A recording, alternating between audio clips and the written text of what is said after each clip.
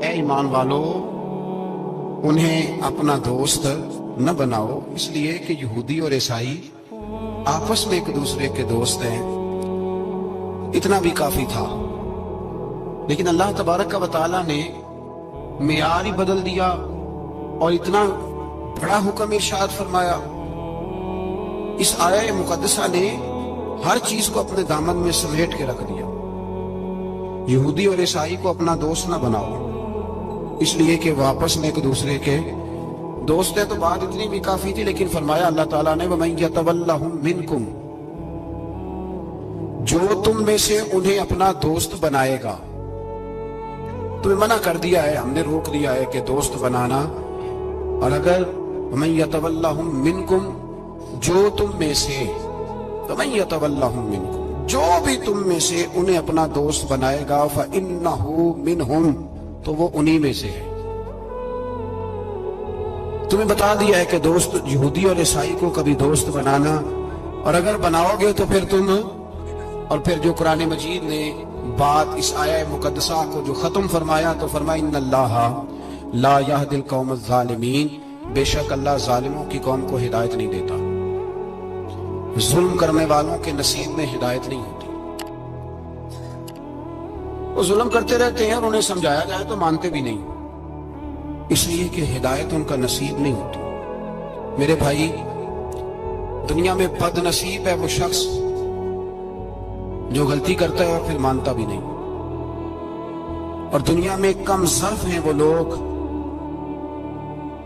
کم ظرف جو اپنے ظالم ہونے کے باوجود ظلم پر وضاحتیں پیش کرتے ہیں،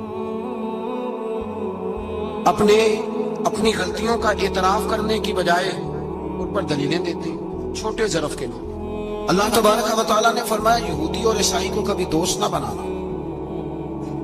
میرے بھائیوں، میرے بزرگوں، میرے دوستوں، ہمارا دین تعصب سے پاک ہے لیکن تسلب کا حامی ہے۔ تعصب کا مطلب یہ ہوتا ہے کہ کہنا مار دو دوسرے کو، برداشت ہی نہ کرو، اور تسلب کا مطلب یہ ہوتا ہے کہ اپنے دین میں پختہ ہو جاؤ، اپنے دین میں پکے ہو جاؤ۔ اب ہم نا ہر روز نماز کی نیت باندھتے ہیں، اللہ اکبر، سورۃ فاتحہ پڑھتے ہیں، اہدنا الصراط المستقیم صراط الذین انعمت علیہم، اتنی بھی بات بڑی تھی، کافی تھی۔ اے اللہ ہمیں صراط مستقیم پہ چلا اور ان لوگوں کے رستوں پہ چلانا جن پر تم نے انعام کیا، بڑی بات تھی، مثبت بات ہو گئی، منفی بات کی ضرورت نہ تھی۔ لیکن اللہ تبارک و تعالیٰ نے فرمایا کہ جہاں تم مجھ سے یہ دعا مانگو نا کہ صراط الذین انعمت علیہم، یا اللہ ان لوگوں کے رستوں پہ چلا جن پر تو نے انعام کیا، انبیاء، صلحاء، اتقیاء، صوفیاء، اولیاء، جہاں یہ دعا مانگنی ہے نا، ساتھ ایک اور بات بھی تم نے کرنی ہے، وہ کیا ہے؟ غیر المغضوب علیہم ولا الضالین، اے اللہ ان سے ہمیں بچا جن پر تیرا غضب ہوا، ان کے رستے پہ نہ چلانا جن پہ تیرا غضب ہوا، جو گمراہ ہو گئے۔ اب دو باتیں سمجھ میں آئیں کہ مومن کو اپنے عقیدے سے پیار کرنا ہے اور کافر کے عقیدے سے اظہار بیزاری کرنا ہے، ان کے نظریے سے، ان کے عقیدے سے نفرت کرنی ہے۔ کافر کے عقیدے اور نظریے سے، اس کا کیا مطلب ہے؟ تسلب کا مطلب ہوتا ہے اپنے دین میں پکا ہونا۔ دو تین جملوں میں بات سمجھاتا ہوں، اگر آپ کی سمجھ میں آئی تو بڑا بہتر ہوگا۔ دو تین جملوں میں تسلب، پکا ہونا، اس کا کیا مطلب ہے؟ اس کا مطلب یہ ہے کہ اپنی آنکھوں پر جو تم نے اینک لگانی ہے وہ دین کی اینک لگانی ہے، جو چیز بھی دیکھنی ہے وہ دین کی آنکھ سے دیکھنی ہے، جو کچھ بھی تم نے چاہنا ہے، بڑی بات کر رہا ہوں اگر آپ سمجھے تھے، جو بھی تم نے دیکھنا ہے دین کی اینک سے دیکھنا ہے، جو تم نے چاہنا ہے وہ دین کے دل کے ساتھ چاہنا ہے، اور جو تم نے سوچنا ہے وہ دین کے دماغ کے ساتھ سوچنا ہے۔ اس کا ترجمہ اقبال نے کیا، کہنے لگے قوم مذہب سے ہے، مذہب جو نہیں، قوم کس سے ہے؟ قوم مذہب سے ہے، مذہب جو نہیں۔ اور فاضل بریلوی کہتے ہیں دہن میں زبان تمہارے لیے اور بدن میں ہے جان تمہارے لیے، ہم آئے یہاں تمہارے لیے تو اٹھیں بھی وہاں تمہارے لیے۔ اپنی ہر چیز، ہر نقطہ نظر میں پہلے دین، اس کے بعد کوئی اور کافر کے عقیدے سے. ہمارے زمانے میں نا فلسفی، منطقی، ادیب، شاعر، ملنگ، تلنگ، ایک بڑی جماعتیں. کھچڑی ہے، کھچڑی. اب وہ کھچڑی ایک نیا درس دیتی ہے. وہ کھچڑی یہ کہتی ہے کہ یہ سارے اللہ کو پکارتے ہیں، سارے اسی کے نام ہیں. یہ سارے، ہمارے ایک سابق وزیر اعظم نے بھی کہا تھا، ایک نوجوان کی عادت دی ہے گھسی پٹی جماعت نے، وہ بھی یہی کہتے ہیں. ہولی پہ بھی چلے جاؤ، دیوالی پہ بھی چلے جاؤ، ہندوؤں کے مندر میں بھی چلے جاؤ، وہ کہتے ہیں سارے اسی کے نام ہے. جو بت کو پکار رہا ہے وہ بھی اسی کو ہی پکار رہا ہے، معاذ اللہ. جو رام رام کہہ رہا ہے وہ بھی بات اصل وہی ہے. بیوقوف ہو. اگر بت کو پکارنے والا بھی کسی نہ کسی رنگ میں اللہ کو ہی پکار رہا تھا، معاذ اللہ، تو پھر نبی پاک صلی اللہ علیہ وسلم کو کیا ضرورت تھی بتوں کا مقابلہ کرنے کی؟ تم نے تو سارا دین ہی مشکوک کر دیا. ہر شے مشکوک ہو گئی. جو بتوں کو پکار رہا ہے وہ بھی اسی کو پکار رہا ہے، جو رام کہہ رہا ہے وہ بھی اسی کو کہہ رہا ہے، جو پتھر پوج رہا ہے وہ بھی. کیا تماشا لگایا ہوا ہے.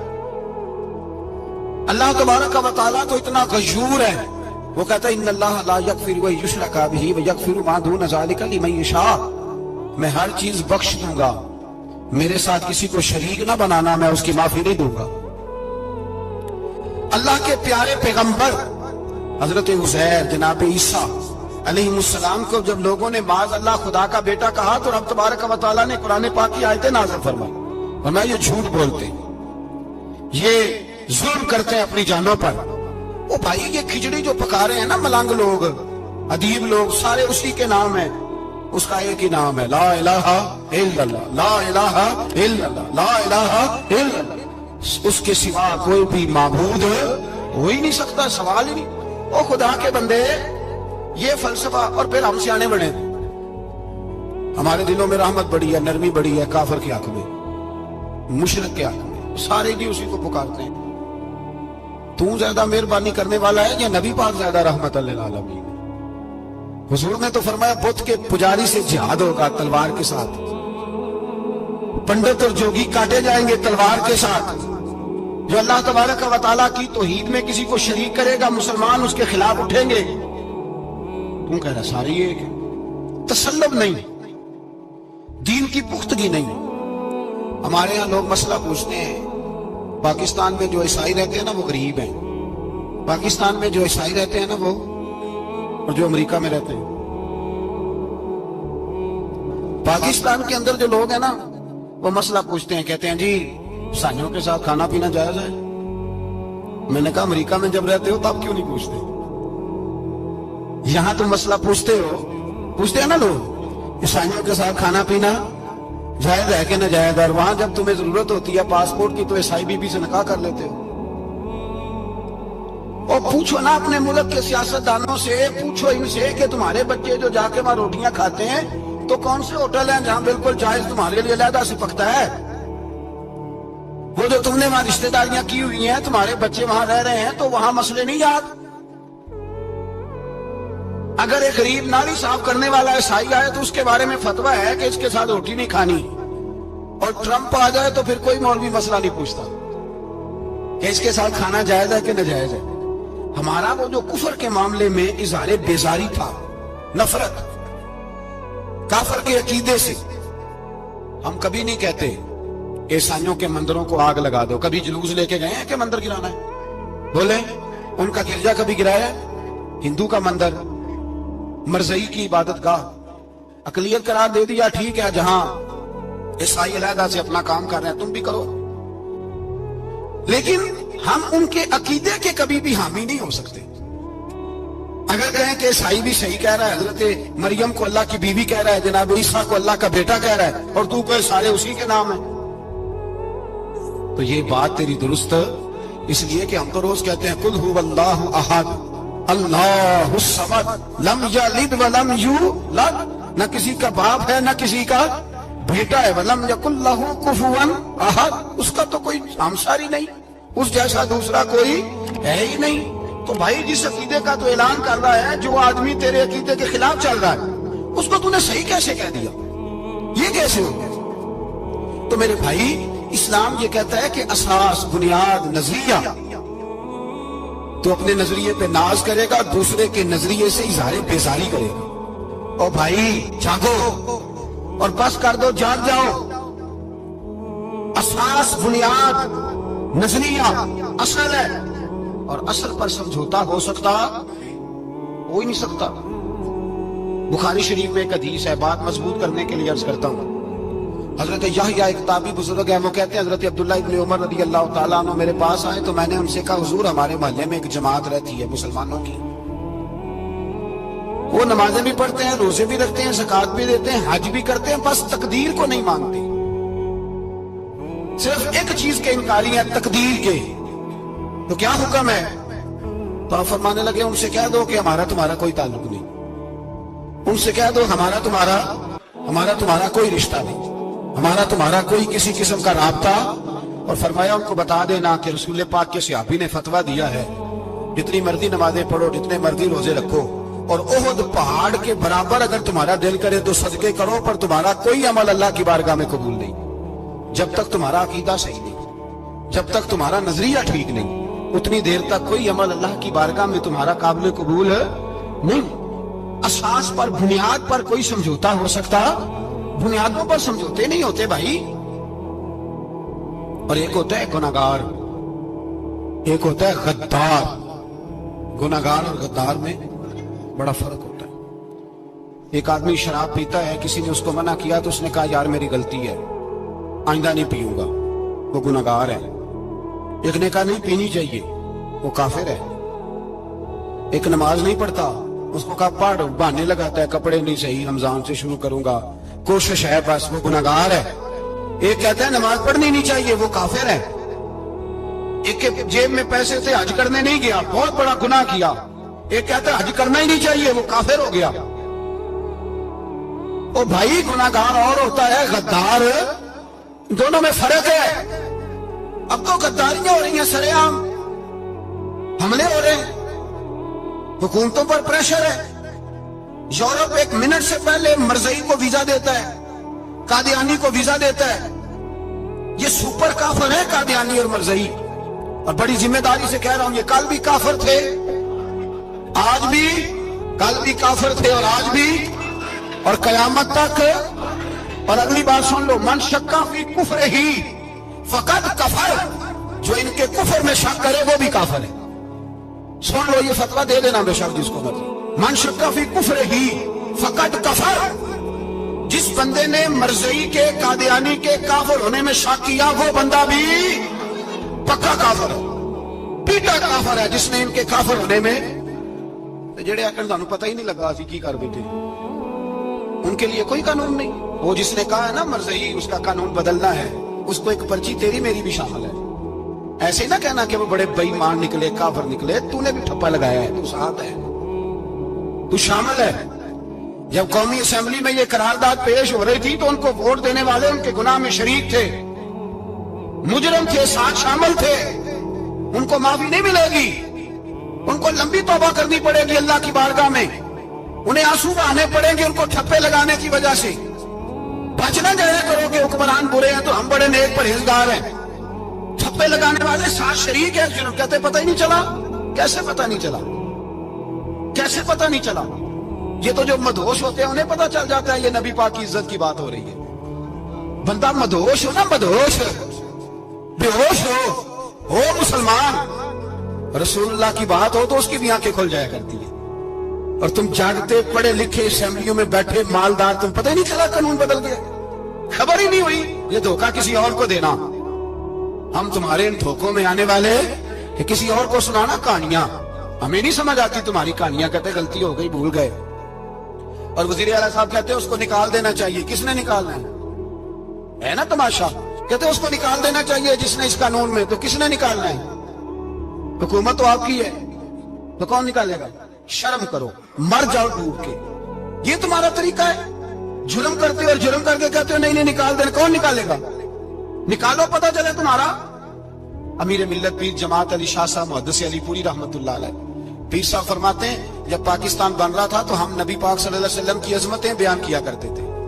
ہم کہتے تھے لوگوں پاکستان بنے گا تو اس میں نبی پاک کا نظام آئے گا، غریب امیر کا فرق مٹ جائے گا، اس میں کوئی برادری نہیں ہوگی، ایک برادری ہوگی جس کا نام مسلمان ہوگا، اس میں چھوٹا بڑا امیر غریب ایک ہی صف میں کھڑے ہو گئے، محمود و ایاز، نہ کوئی بندہ رہا نہ کوئی بندہ نوا، یہ پاکستان ہوگا۔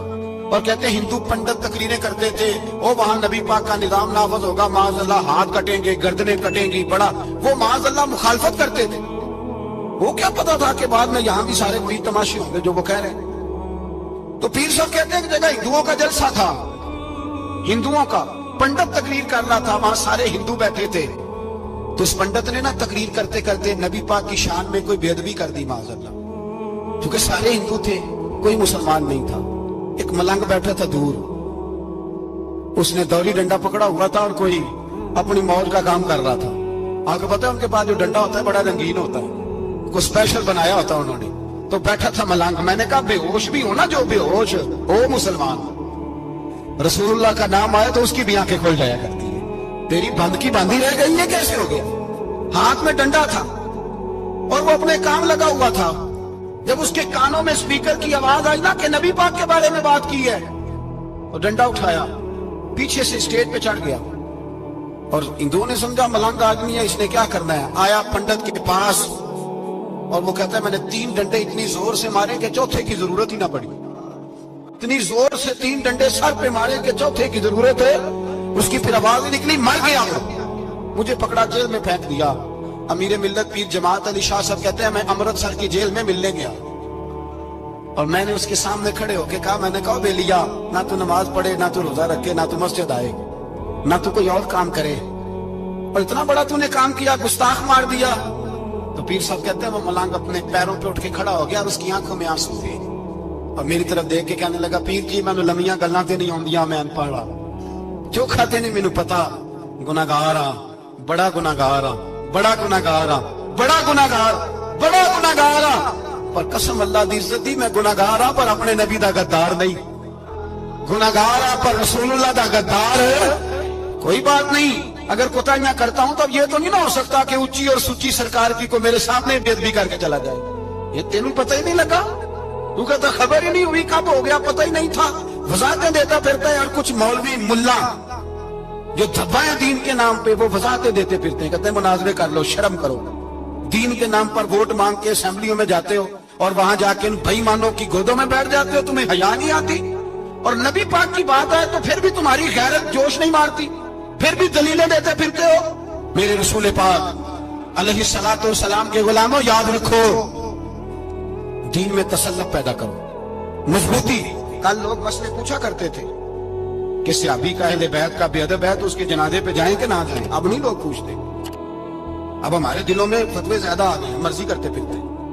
ہمارا بچہ کسی بد مذہب کی مسجد میں جاتا ہے، ہم کہتے ہیں نہیں نہیں ویسے جاتا ہے، تجھ سے پوچھا جائے گا، اس دن پتہ چلے گا، جس دن تم مرے گا تو تیرے لیے دعا بھی نہیں کرے گا، تیری قبر پہ بھی نہیں جائے گا، تجھے پتہ چلے گا اس دن کہ ویسے ہی جاتا ہے کہ ایسے جاتا ہے۔ کوئی پابندی نہیں، کوئی تسلط بھی نہیں، عقیدے میں ایمان میں کوئی پختگی نہیں، ہمیں خیال ہی نہیں کہ کدھر جا رہی ہیں اولادیں، سوچتے ہی نہیں، ہم خیال ہونا چاہیے، سمجھ ہونی چاہیے۔ میرے رسول پاک علیہ الصلوۃ والسلام کے صحابہ میں تسلط تھا، تسلط۔ سگی اماں بھی اگر بے ایمان ہوتی تھی تو صحابہ قریب نہیں آنے دیتے تھے۔ حضرت اسماء بنت ابی بکر صدیق، ان کی ماں مشرکہ تھی، جناب صدیق اکبر کی ایک زوجہ حضرت ابو بکر نے طلاق دے دی، کچھ عرصے کے بعد وہ اپنی بیٹی کو ملنے آئی، ماں بیٹی سے ملنے آئی، تو حضرت اسماء بنت ابو بکر کو پیغام بھیجا، کہا بیٹے میں تجھے ملنا چاہتی ہوں، تو کہا اماں ذرا ٹھہر جا، پہلے میں اپنے نبی سے پوچھتی، پہلے اپنے ماں بعد میں ہے، نبی پہلے ہے۔ پہلے حضرت اسماء حضور کی بارگاہ میں کہ یا رسول اللہ میری اماں ملنا چاہتی ہے، اور مشرکہ ہے، حکم کیا ہے؟ فرمایا تو ماں کی حیثیت سے مل سکتی ہے۔ انہوں نے تو سگے ماں باپ سے ناطے توڑ لیے، سگے رشتہ داروں سے، اور تو ان سے دوستیاں ختم نہیں کر سکتا، تیرا تعلق بھی نہیں، سارے اسی کو پکارتے ہیں، سارے ایک ہی ہیں، یہ تماشے کسی اور کو دکھانا، یہاں رسول اللہ کے غلام بستے۔ ہمارا عقیدہ بڑا پختہ ہے، بڑا پختہ، بڑے پختہ نظریات کے لوگ اللہ نے اس دھرتی کو عطا فرمائے، اس زمین نے بڑے کامل مومن پیدا کیے۔ بھائی یاد رکھو، رسول پاک علیہ الصلوۃ والسلام کے غلاموں میں اپنے دین کے لیے تسلط تھا، پختگی تھی، کفر سے بیزار رہتے تھے۔ اگر سب کو ایک میں ایک ہی کرنا تھا تو پھر اتنی لمبی چوڑی جدوجہد، امیر حمزہ کا کلیجہ نکل گیا، کان کٹ گئے، سب کچھ ہو گیا، اور آج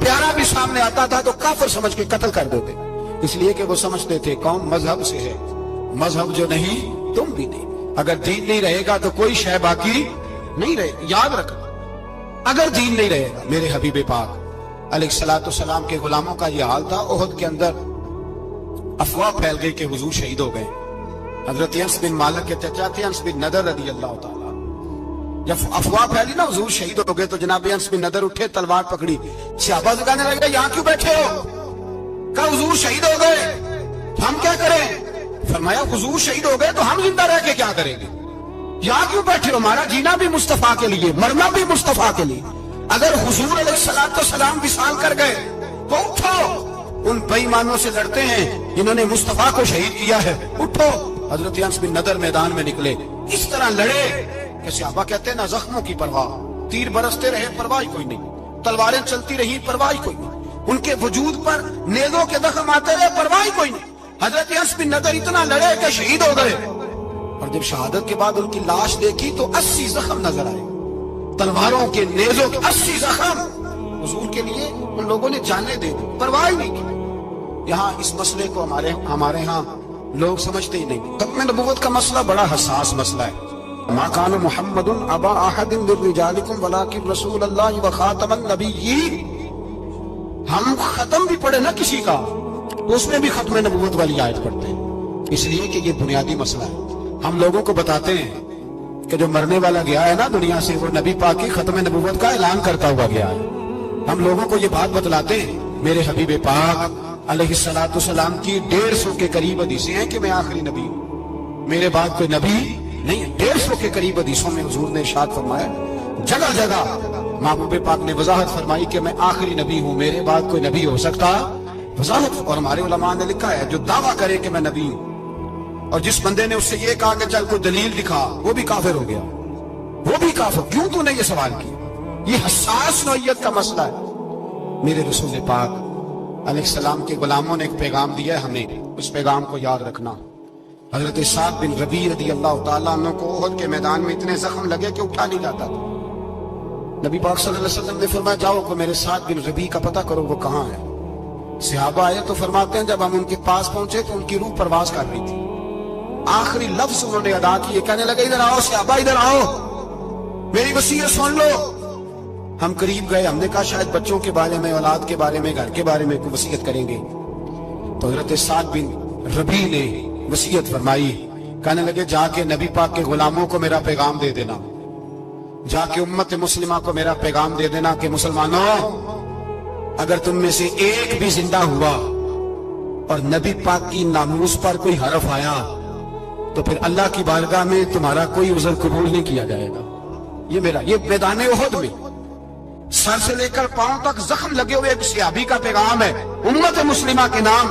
حضرت سعد بن ربیع رضی اللہ تعالیٰ عنہ فرمانے لگے میں مرتے وقت مسلمانوں کو پیغام دے کے جا رہا ہوں کہ اگر حضور کی عزت پر، ناموس پر، نبی پاک صلی اللہ علیہ وسلم کی ذات پر ذرا سا بھی حرف آیا اور مسلمان زندہ ہوئے، اور پھر اگر وہ سمجھیں کہ ہمیں اللہ کی بارگاہ سے معافی مل جائے گی، تو یاد رکھنا رب ہر بات معاف کرے گا، اس بات میں تمہیں اللہ معافی، اس میں تمہیں یہ پیغام دیا سعد بن ربیع نے، اور امت کو سمجھایا کہ ہر بات میں کمپرومائز کر لینا، رسول اللہ کی ذات کے بارے میں کمپرومائز نہ کرو۔ جب سے مرزائیوں کو ان سپر کافروں کو اقلیت قرار دیا گیا ہے، اس کے بعد کسی مرزائی کی عبادت گاہ جلائی ہے مسلمانوں نے؟ بولے کبھی کسی مرزائی کے ساتھ مسلمانوں نے کچھ ظلم کیا ہے بعد میں؟ ٹھیک ہے اپنی عبادت کر رہے ہیں جس طرح بھی کر رہے ہیں، باقی اقلیتیں بھی رہیں۔ کبھی دوبارہ علماء نے یہ تحریک چلائی ہے کہ انہیں پاکستان سے نکالو، یہ کیوں بستے ہیں یہاں؟ اقلیت ہے تو رہنے دو، جو بے ایمان ہے، کافر ہے، اسے گھسیٹ کے دین میں کیوں لاتے ہو جب وہ آنا نہیں چاہ رہا؟ انہوں نے اس کانے بے ایمان کو نبی مانا ہوا ہے، وہ اس کو پیغمبر مانتے ہیں، کبھی ذلی نبی مانتے ہیں، کبھی بروزی نبی مانتے ہیں، پوری دنیا میں نیٹ ورک بنایا ہوا ہے، ہر جگہ ڈنڈورا پیٹتے پھرتے ہیں۔ وہ کہتے ہیں خاتم النبیین کا معنی یہ ہے کہ نبی پاک کو مہرے لگانے آئے ہیں، بڑے نبی آ سکتے ہیں۔ ان کا عقیدہ یہ ہے کہ مرزا مستقل نبی نہیں تھا، وہ حضور کا سایہ بن کے آیا تھا۔ وہ معاذ اللہ جس نبی کا اللہ پاک نے ظاہری حیات میں سایہ نہیں بنایا، یہ کانا سایہ بنے گا نبی پاک کا؟